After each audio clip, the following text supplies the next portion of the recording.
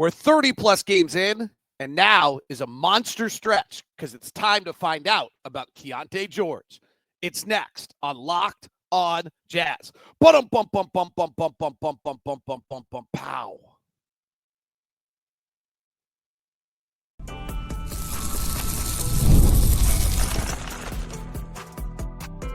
You are Locked on Jazz, your daily podcast on the Utah Jazz. Part of the Locked on Podcast Network. Your team every day. How are you? I'm David Locke, radio voice of the Utah Jazz, Jazz NBA insider. This is Locked on Jazz, your daily podcast on the Utah Jazz. Give you insight, expertise, geeky numbers, and hopefully making it way better to be a Jazz fan each and every day. Thank you so much for making Locked on Jazz your first listen of the day. We are free and available on all podcasting apps as well as on YouTube. So thank you very much for tuning in. On today's show, we will do a little late game watch. An interesting player that kind of might remind me a little bit of Keonte George, who might be a Keonte George prototype on the best case scenario. And watching him late game, a team that's in a little bit of trouble late game watch, and a team that's emerging and looking much better. All in late game watch. Jazz defense last night allows over half the opponent's shots at the rim. And the Jazz defense is not good. And is that something we should be bothered by? Finally, and first off, and most importantly, it is a monster stretch of basketball for Keonte George. Let's start there. Last year, Keonte George, in his rookie year, he shot 39% from the field and 33% from three. And for those of you that are everydayers to this program, and thank you very much for being an everydayer, you'll recall that I kind of said, Keonte shows all the signs, but the ball needs to go in. And there's a level where in your rookie year in the NBA, it's hard. And when you're asked to play point guard and you haven't traditionally been a point guard, it's hard. And if we go back and look at Keonte kind of after we start to make the trades in February and some of those periods of time, his usage rate is too high. He's up at like 26% usage rate. It's not a realistic number. I think it was too much to ask. And I've said numerous times on this program that I would like to eliminate any memory of those Keonte George minutes. Like if I could and wipe all of the last part of the year without Jordan Clarkson and without Lauri Markkanen away from my memory of Keonte George, I think it would be better. I think it's a false period of time to remember from Keonte. He had a really, really good stretch there last year in the middle of March, and then he closes the year in the final games of March. And it's really a struggle. And it's a struggle that I thought was probably unfair to him to be judged. He shoots 36% from the field, 25% from three in the final 17 games of the year. He's not playing with any other talent. He's being asked to be the best player on the floor, and it was a wildly unfair stretch. So I had made the comment numerous times that I want to see the first 30 games of this NBA season out of Keonte George, and the ball needs to go in. And then Keonte started this year on one of the most miserable stretches you can see from a player. He arguably had as bad a start, some people found, of about any like regular main NBA rotation player ever, right? Like he starts the year, and if I don't know where you want to put the end date, you could do it at game 16. You could do it at game 6, frankly, of where you want to put his end date of where it was, but he starts the year very, very poorly. In his first 16 games of the year, he shoots 36% from the field, 32% from three. It's pretty miserable, and it's concerning. But on the other end, it was a shooting skid. And so I made the comment at the time, we're going to have to give him more than 30 games because 30 games is just not going to tell a story on him. And if you look at him, if you split his season in half right now, first 15 games of the year, second 15 games, he's played 27, so it's not a perfect split. In the second half of the season, those 13 games, he is shooting 43%, 39% from three. That's totally doable. That's a pretty good NBA player. That's a dramatic change from what we've seen out of him prior to that. If he can go to 43-39 in his second year in the NBA, then everything you're seeing out of it shows signs that then in the natural jump, which is year 2 to year 3, you'll see some improvement. Then over time, you'll see better shot selection. Over time, you'll get better strength, and you've got an NBA player. And so to me, the upcoming stretch of basketball right now is massive for Keonte George. We have seen a stretch here for 12, 13 games where he's calmed down, played slower, at times shown not elite level, but engaged defense, and his shooting numbers are respectable. There's a real chance. Why now? Because there's a real chance that by February or March, he's not playing with some of the same guys he's playing with right now, some of the veteran presence that gives him the right spot. Keonte George should not be the best player on the floor. Keonte George is trying to establish himself as an NBA player right now. So he should be playing with other players that are better than he is so he can learn how to play off them, get plays off them, take advantage of that, and work off their advantage. And frankly, I don't have an expectation on Keonte George that he's going to be a top 50 player in the NBA. I think for his career, he could be an NBA starter, but he'll be the 4th or 5th best player on a really good team. And he's playing off of these other players. And this is an opportunity right now to do that. There's a chance by March 1, he's not. There's a chance by March 1, he's playing with Isaiah Collier and Kyle Filipowski and a lot of minutes with Cody Williams.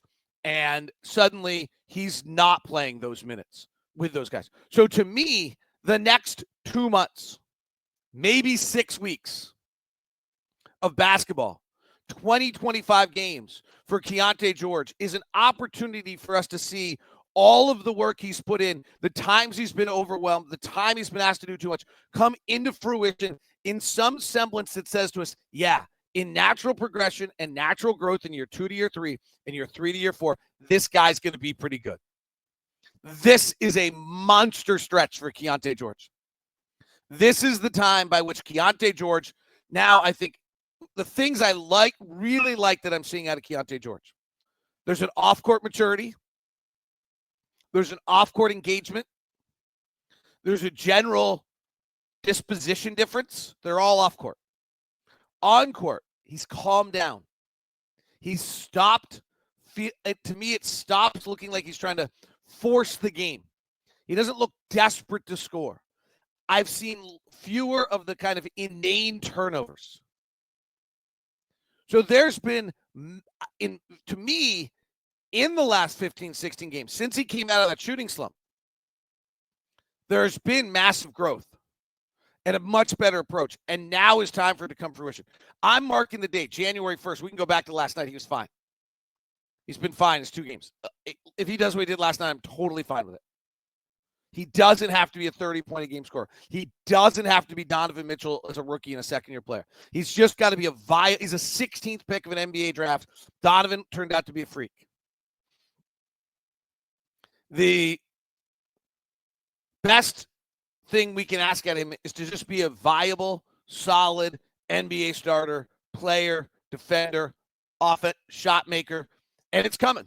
His catch and shoot numbers are way up. His off-the-bounce dribble numbers that a year ago he had that were so good are not good yet, but to me, he's already shown he can do that. So when you start to see, there's all sorts of signs. He's shooting 38% on his catch and shoots, 38 for 100 coming into last night, 31% on his pull-ups. Last year was at 36% on his pull-ups. So all of the little pieces are there. And to me, the next 20 games before whatever deals get made, whatever roster thinning happens, whatever late season antics take place, is the time now for us to see what we have out of Keonte George. When the year started, I said I wanted to look at game 30. And 10 games, 15 games of the season, which is in that shooting slump, I asked for a reprieve. So can I have the next 20? The other thing I would say is that late season watching can really mislead you for a few reasons. One, your team can be depleted. 2, the other teams can be depleted. And you can end up playing some G-League rosters, have some good nights in there, aren't very real. So to me, this is the time right now to All-Star break and maybe a little bit beyond All-Star break is a time for us to see what Keonte George has, and I like where it's trending. Last night's defense was not good. We'll talk about it and figure out whether we care next on Locked On Jazz. Today's edition of Locked On Jazz is brought to you by my friends over at Murdoch Hyundai, located at 4646 South State Street, also located in Logan and in Linden. The Murdoch lineup, or the Hyundai lineup of cars, to me is absolutely fabulous. I've bought the Ioniq 5, which is the electric SUV that's won every award imaginable. It's one of the hottest selling cars on the market right now. Hyundai's really killing it on the SUV lineup of things. We've bought 2 Santa Fe's. When I did all the research, wanted to find the car that was right for my kids. They got very fortunate, very spoiled, and got themselves Hyundai Santa Fe's. But when I did first of all, when you drive with a kid who's never driven before and you realize how bad they are, you want every safety feature imaginable. So I did the research for size, safety, mountains, four-wheel drive, all those things. And now each of them have at college, and they've been fabulous to us. So I'm speaking from my experience, and the Murdochs have been great. So head over to Murdoch Hyundai at 4646 South State Street, or in Logan and in Linden. If you're going to stop by, feel free to email me first at dlock09@gmail.com. That's dlock09@gmail.com so I can take care of you. Today's show is also brought to you by our friends over at Intercap. Let's talk about Intercap Lending, a mortgage company that's shaking things up by making home loans accessible, straightforward, and personal. Whether you're buying your first home, refinancing, or exploring options as a veteran, Intercap is here to guide you, and we have our own personal loan officer, Steve Carter, who is simply the best customer service person on the planet. That means you're just not a number. You are a real person to Steve Carter. You are a locked-on VIP, and Steve Carter treats you exactly like that. They've got something for everyone: FHA loans for first-timers, VA loans for veterans, USDA loans for those buying in rural areas. If you're already a homeowner, they can help you refinance with options, whether you're looking to lower your payments, cash out on equity, shorten your term, new construction loan products. It's all with Steve Carter. Email me at dlock09@gmail.com so I can set you up with Steve Carter, give you that VIP experience. Make sure that you get treated like you should as a locked on every day at Intercap Lending. Thanks so much for making Locked On Jazz your first listen of the day. We do have the daily newsletter that is out for you each and every day. Go to lockedondaily.com. You get a Utah Jazz X from me. You get Katie Heindel's national articles, Mike Schreier on Thursdays, and you get all the Josh Lloyd fantasy expert, one-stop ultimate NBA newsletter for you to get everything that you need. All right, the Jazz defense last night was not good. Honestly, I have not seen a team allow 50% of the opposing shots at the rim.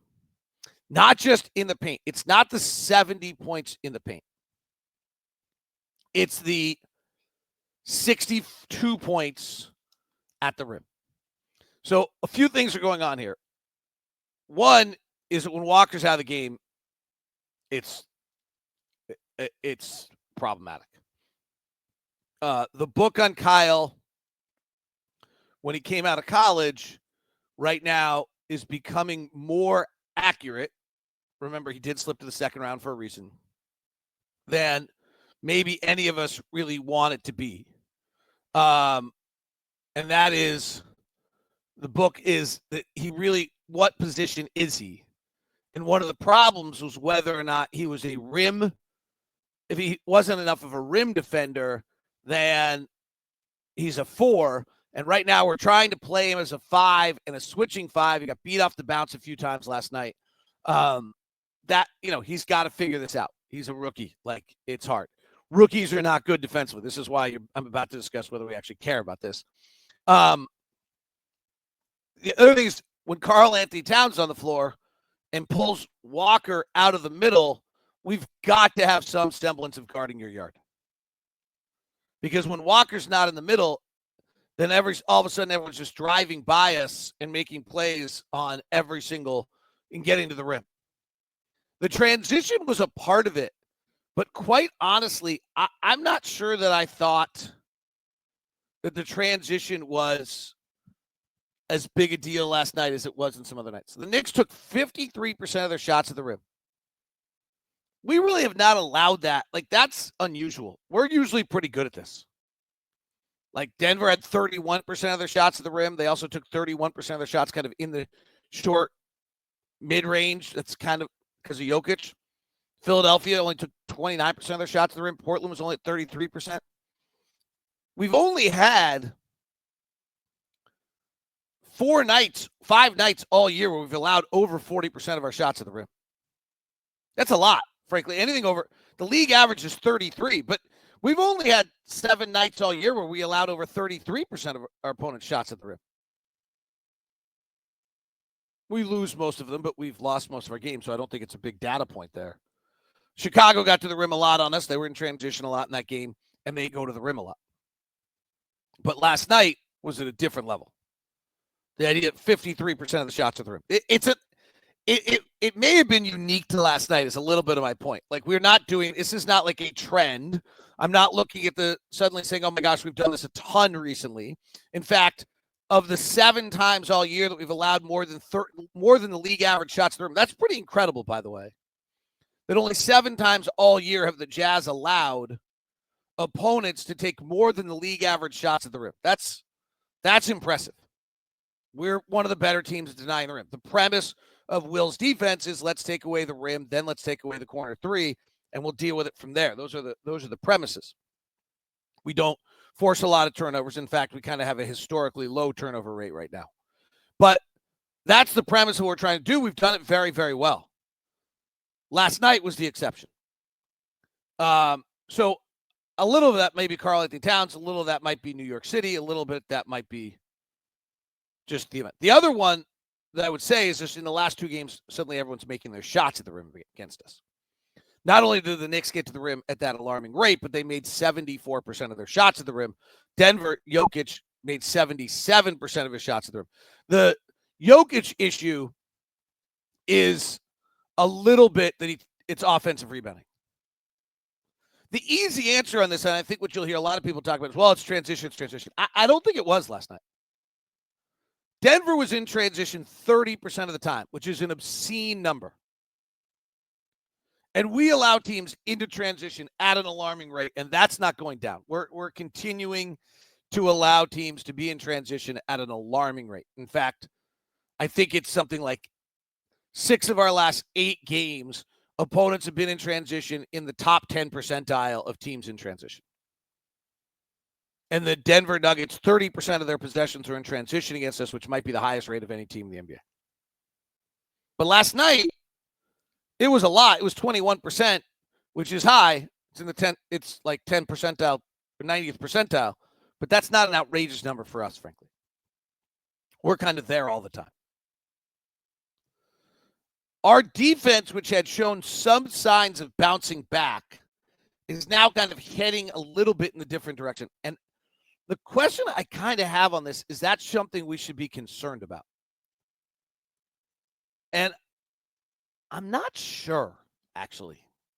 So if you look at the lineups that we're playing at times this year, though some of the lineups are so clearly based on development and giving opportunity that it feels to me a little unfair to turn around and say, hey, Isaiah Collier, Kyle Filipowski on the floor with Johnny Juzang, and I'm going to bust you for whether or not you're playing defense or not. Like Isaiah Collier, it was really interesting. I looked at Isaiah Collier's numbers the other night, and I was expecting to see some really good defensive numbers. They're not good at all. His offensive numbers are actually better on the pick and roll this defense because he's just a rookie. It's not his fault. He'll be fine. But like when we have Isaiah Collier and Kyle Filipowski on the floor together, teams' effective field goal percentages against us is 64%. 64%. That is a crazy, crazy number. So maybe it's, our defense is not good. Do we care? We care in the sense that, like, you want to play good defense. Is it like some massive indictment? How about that? And I'm going to go with no. that if we're going to have development and we're going to play lineups, when you have Keonte George, Colin Sexton, Lauri Markkanen, John Collins, and Kyle Filipowski, literally you take our starters and put Kyle Filipowski in instead of Walker Kessler, team's effective field goal percentage jumps to 66%. When Walker's on the floor for the season, it's at 54. I think. Maybe less. So it jumps to 66 the minute you take Walker out and put Kyle Filipowski in.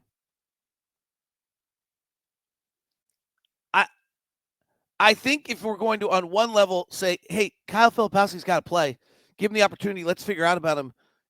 And, Drew Eubanks is actually probably the more viable player to play, but it doesn't do us a lot of good. Then I don't think we can sit around and really worry about the defense too much at the same time. Would I like the Walker Kessler lineups that we have to be better defensively than they are? Sure. That would be the one area where I might say, I care a little bit there.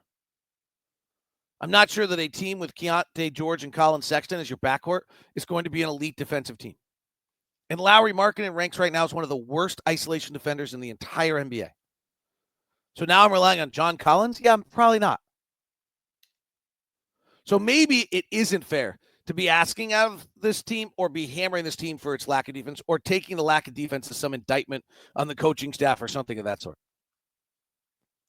I will point out that our starting lineup of Keonte George, Colin Sexton, Lauri Markkanen, John Collins, and Walker Kessler, when it plays together on a team that's now 7 and whatever we are, is +3. The starting lineup's good. It's kind of an interesting little twist on things. That, if Will wanted to just punt on development, I bet he could get a lot of these things to be better.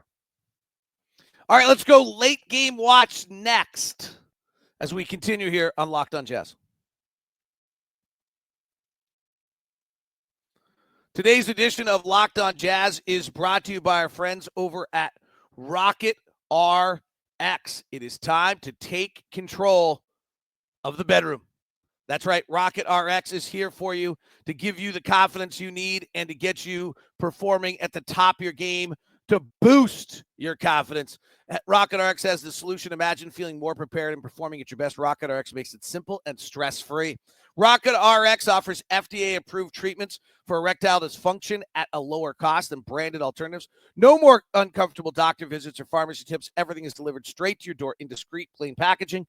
And with Rocket RX, you'll get trusted care for a real U.S. clinical team, complete with a quick 100% online consultation, and you can get your free prescription today. Visit Rocket RX to get started now. It only takes 2 minutes. Right now, our listeners can get 40% off your first order when you use the code LOCKEDONNBA. That's RocketRx.com. Locked on NBA for 40% off your first order. Terms and conditions apply. Rocket RX. Better sex made simple. Today's show is also brought to you by Rocket Money. Go to rocketmoney.com/locked-on to get the latest opportunities for you at Rocket Money. Rocket Money is a financial kind of planner app for you. They'll focus here. It's a personal finance app. They'll focus on all the unwanted subscriptions, and it is certainly nice when you find one and realize you're overpaying. Or when I realized I was overpaying SiriusXM, made the phone call. I took care of this one. They'll take care of it for you if they want to cancel. It's pretty awesome. And I saved a bunch of money, made me happy. But also monitors your spending, hope lowers your bill, shows you how much you're spending, what you're spending. Saw the Christmas numbers come in. Wow.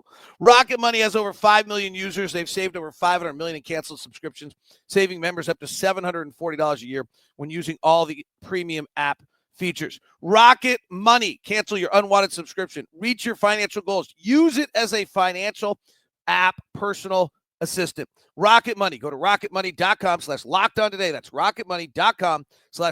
rocketmoney.com/locked-on.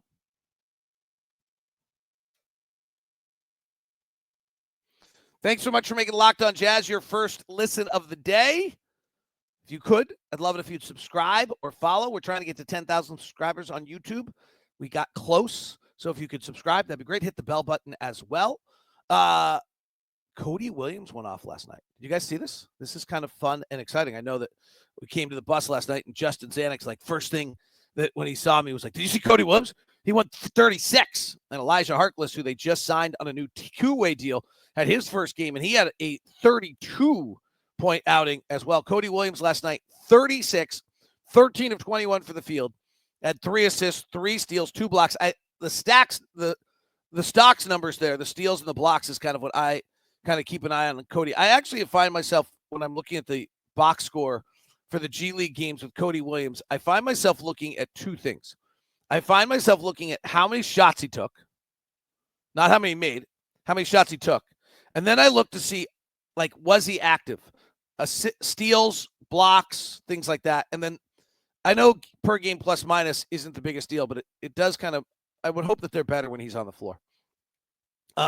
Rio Grande Valley is a little funky. If I remember, if it's the Houston team, they'll kind of play all offense and run it up. So let's, maybe not be the greatest answer. Elijah Harkless, 32 points last night in 25 minutes. That's something. Jazz just signed him to a new 2-way deal. Oscar Tshiebwe, everyone's favorite, had 21 rebounds, but pretty awesome to see Cody Williams get that. You can see how much the G League's helping. I actually almost wish we would send Kyle back to the G League and let him play some 30-minute games and try to regain his confidence. It looks like it's getting zapped a little bit right now. It's interesting how the G League has really changed, right? Like, I'm finding myself hoping that we would send our players to the G Leagues so that I could so that they can gain the confidence and get the opportunity that they want. The league has been a little lacking on close games recently, which is kind of interesting. So the late game watches have not been as exciting. Last night, there was the Philadelphia-Sacramento. Sacramento has this massive comeback. I'm going to watch that on the plane, so I've not gotten to that one yet. I didn't get to it last night. Otherwise, there was not another close game in last night. The night prior, there were no close games as well, other than Memphis and Phoenix. And this is getting really, and this one wasn't really even that close. Phoenix never led in this whole game. The Phoenix situation is getting interesting. They're losing too much. There's an explanation to why they're losing. They haven't had Bradley Beal, or they haven't had Devin Booker. Right now, they don't have Royce O'Neal and Grayson Allen. And anytime you have 2 positions injured to play, but they're losing too much.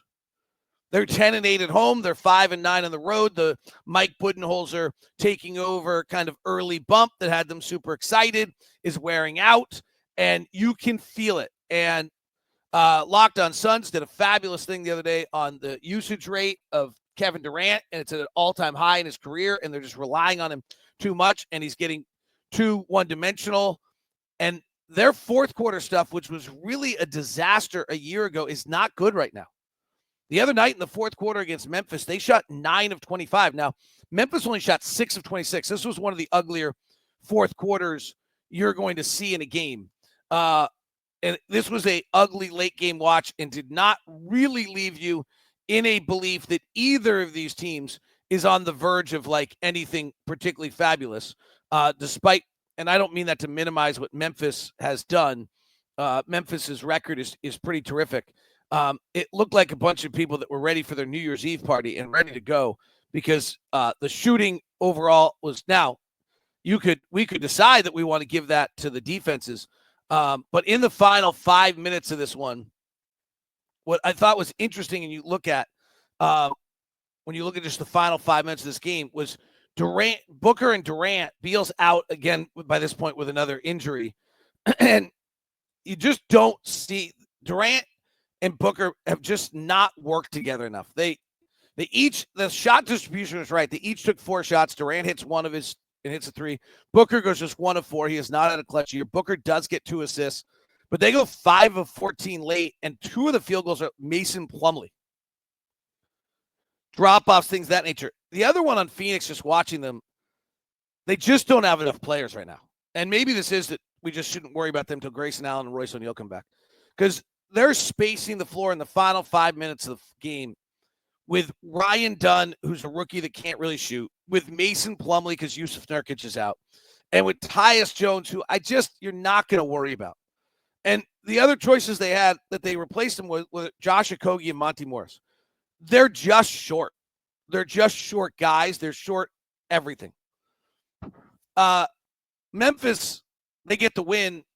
They didn't look much better in that. They did get 5 offensive rebounds. They're pretty relentless in everything they're doing. They're playing the game differently than everyone else. They play much, much faster, and they play with a greater tempo, and they're getting out in transition at a much higher rate. But those, other than that, we just have not had a lot of close games. Miami, Houston went down to the wire the other night. Jimmy Butler was not back for that one. He was back for this one. And Houston, I still feel as though Houston's lack of offense is going to bite them at some point in time. I mean, in this game against Miami, they shot 39% and 33% from three. And with their late game, I just do not know where they're going late game and what their plays are and how they're supposed to score. It just feels as though they're trying to do everything off of their defense. And that's fine. But in the final 5 minutes, the other team tightens up, and it doesn't seem to work nearly as well as it was. They went 6 of 25 in the fourth quarter of that game shooting against Miami. And to me, that's still, when I watch them, that is not a team that is putting fear in my hearts for the rest of the NBA on Houston. They're just not on that same tier. And Memphis doesn't look it to me to be on that same tier either. So it leaves me to believe the door is still wide open for Denver, wide open for Minnesota if they can figure this out, though their spacing doesn't look great. Wide open. Oklahoma City's running away with it. Memphis and Houston are not catching me as real contenders right now when I watch late game watch. All right, that is Locked On Jazz today. Thank you very much. We'll talk to you from Miami tomorrow. Have a super day. Thanks for tuning in. Please take a second. Follow me on any of the socials. I'm on TikTok, Instagram, Snapchat, Twitter, X, Blue Sky, Threads. It's all DLock09. So please follow me there. Subscribe to the newsletter at Locked On Daily and see if you can subscribe to the show. Greatly appreciate trying to get to 10,000 followers on YouTube. Now, we send you the first ever national 24/7 channel, Locked On NBA. Check out Locked On NBA game night after all the games are done every night on Locked On.